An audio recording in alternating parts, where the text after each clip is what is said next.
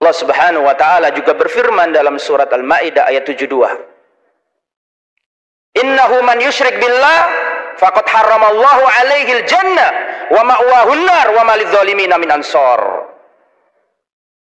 Dan sungguh jika kamu melakukan kesyirikan, maka Allah haramkan surga bagi diri kalian. Tidak ada setitik tempat pun di surga bagi orang yang melakukan kesyirikan. Wa ma'wahun nar, dan tempatnya ada di neraka. Wa ma lidzalimina min ansor, dan orang-orang yang melakukan kesyirikan tidak memiliki penolong pada hari kiamat.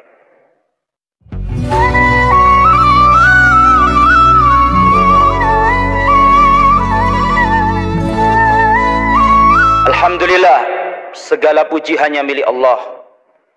Wassalatu wassalam ala Rasulillah, dan semoga salawat serta salam tetap tercurahkan kepada junjungan kita Nabiullah Muhammad sallallahu alaihi wasallam. Ikhwatal iman,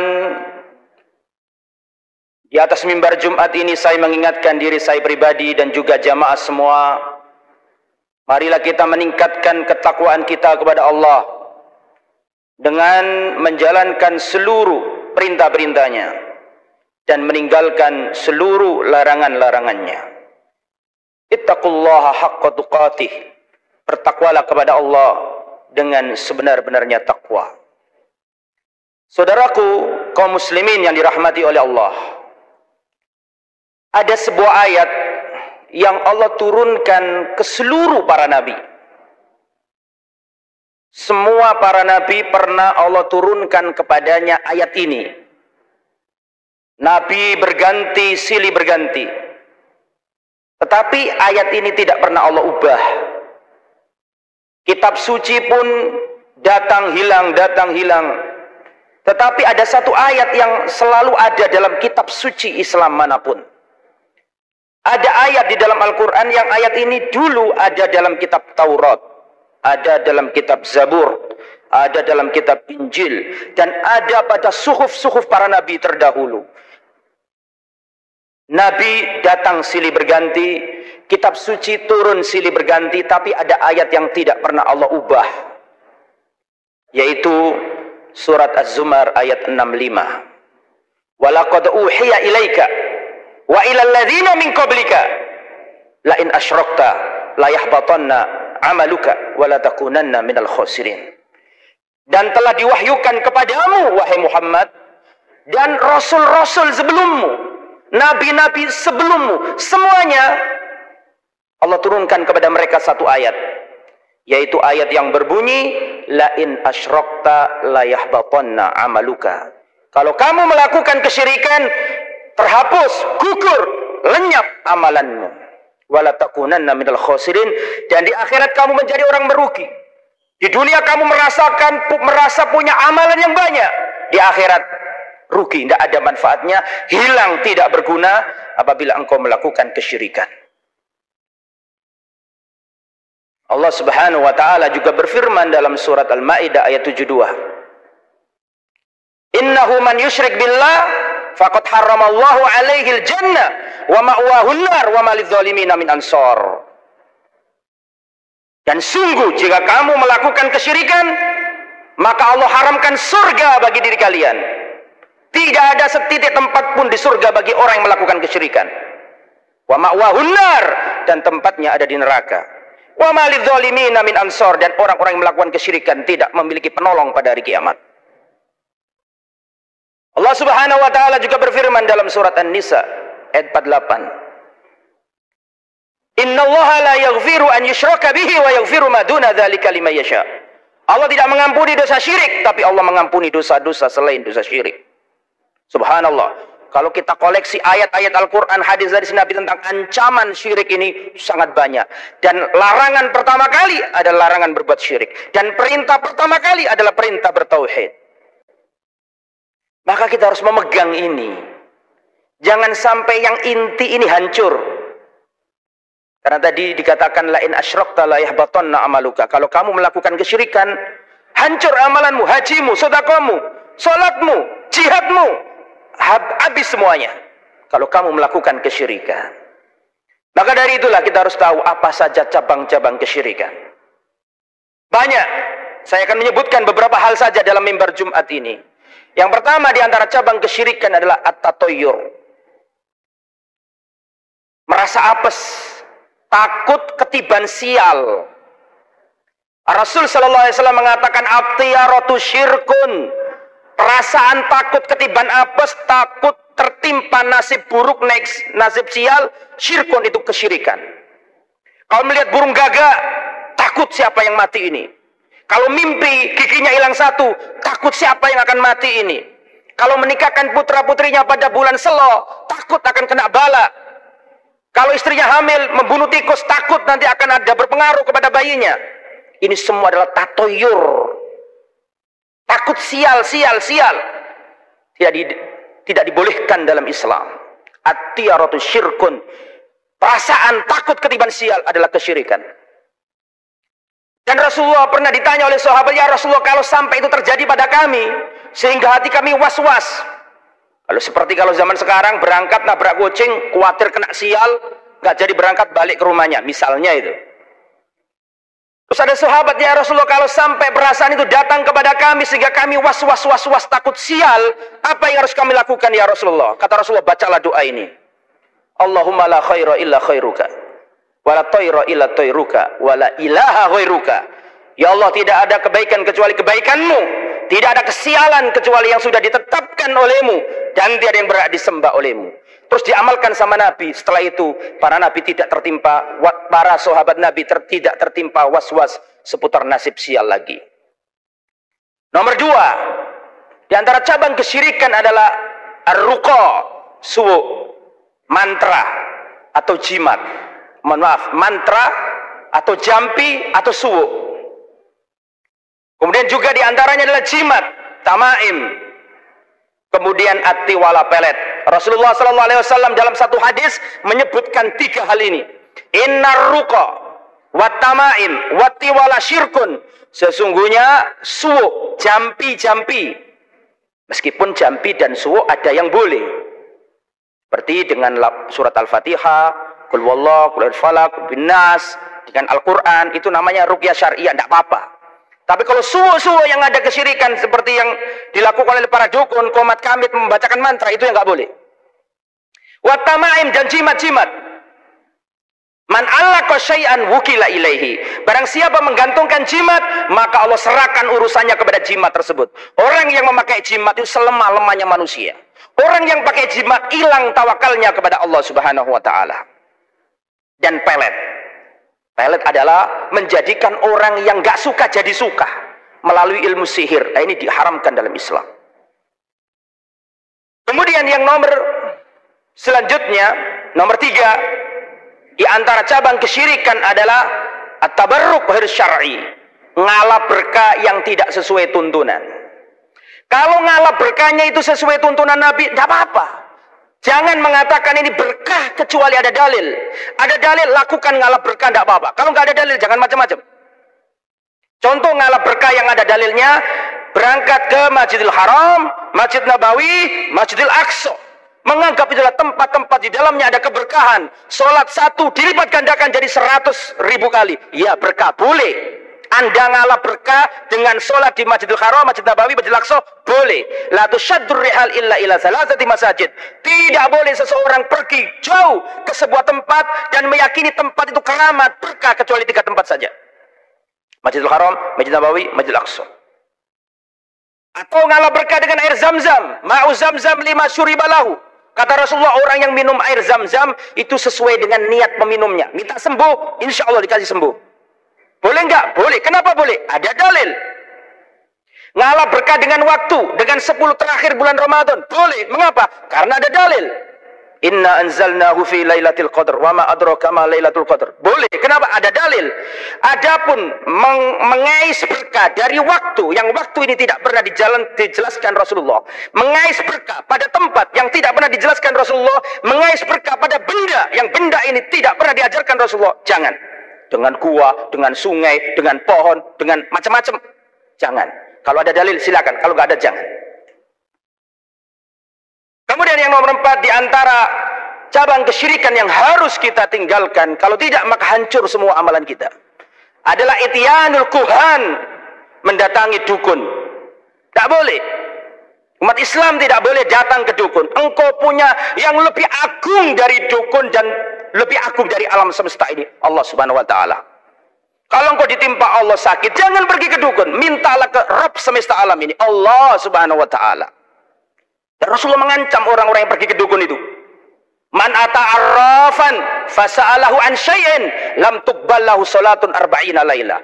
Barang siapa datang ke dukun, ke tukang ramal, menanyakan sesuatu, lam tuqbal lahu salatun arba'ina laila, salatnya batal 40 hari. Meskipun tanya saja.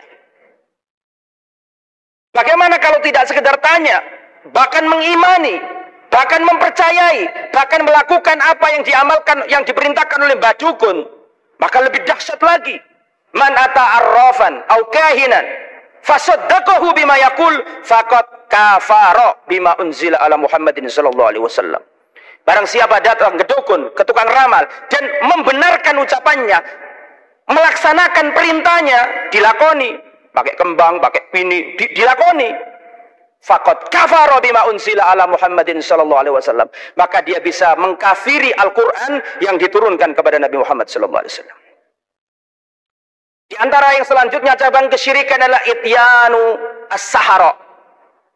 Ityan as-sahara, mendatangi para penyihir. Apakah beda kahin sama sahir? Apakah beda antara dukun sama penyihir? Beda. Orang Arab jahiliyah sangat menghormati dukun. Karena dukun itu nambani wong loro, ditakoni barang hilang, ya, memecahkan masalah, itu dukun. Orang Arab jahiliyah sangat menghormati. Tapi orang Arab jahiliyah sangat membenci penyihir. Penyihir itu biasanya kerjaannya, kelakuannya ada 3. Yang pertama adalah al-qatl, membunuh. Membunuh. Orang disantet mati. Yang nomor 2, pekerjaannya penyihir adalah al-imrad, menjadikan orang sakit.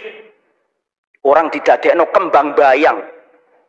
Urip tapi gak iso lapo-lapo. Hidup tapi gak bisa ngapa-ngapain, terus di kasurnya. Dibikin seperti itu. Itu pekerjaannya penyihir. Kemudian nomor 3, kelakuannya penyihir yang nomor 3 adalah at-tafriq bainal mar'i wa zawji, memisahkan suami istri. Makanya orang melakukan kesyirikan bisa murtad. Wa ma kafara Sulaiman walakinna syayatina kafaru. Nabi Sulaiman tidak kafir, walakinna syayatina kafaru. Tapi setan-setanlah itulah yang kafir. Loh, mengapa setan kok kafir? Yu'allimunan nasa sihra. Karena setan-setan itu mengajarkan ilmu sihir kepada manusia. Ikhwatal iman rahimani wa rahimakumullah. Maka kita tidak boleh mendatangi hal-hal seperti itu. Kemudian di antara cabang kesyirikan juga adalah an-nusyra. Nusyra itu apa? Nusyra adalah halus sihri bis sihri. Menghilangkan jin pakai jin, menghilangkan sihir pakai sihir. Ada seorang disantet dukun, disantet penyihir, dia datang ke dukun yang lain minta pertolongan. Menghilangkan jin pakai jin, menghilangkan sihir pakai sihir. Itu pun nggak boleh dalam Islam. Ikhwatal iman rahimani wa rahimakumullah. Maka hendaklah kita memurnikan akidah kita, tauhid kita, karena tauhid ini adalah miftahu asy-syafa'ah. Kunci orang itu dapat syafaat pada hari kiamat, wajib bertauhid. Meskipun baca tahlil 1000 kali, 1440 kali, tapi kalau nggak punya tauhid percuma, nggak dapat syafaat. Abu Hurairah pernah bertanya kepada Rasulullah, "Ya Rasulullah, man as'adun nasi bi syafa'atika yaumal qiyamah?" Ya Rasulullah, siapakah manusia yang paling bahagia mendapatkan syafaatmu nanti pada hari kiamat? Apa kata Rasulullah? As'adun nasi bi syafa'ati yaumal qiyamah man qala la ilaha illallah khalisan min qalbihi. Orang yang paling bahagia mendapatkan syafaatku pada hari kiamat adalah orang yang mengucapkan la ilaha illallah, tiada yang berhak disembah kecuali Allah. Apakah cukup dengan lisan? Enggak. Kata Rasulullah, khalisan, khalis, murni, jernih, tulus, bersih dari kesyirikan, dari lubuk hatinya. Aku qouli hadza wa astaghfirullahaladzim innahu huwal ghafurur rahim.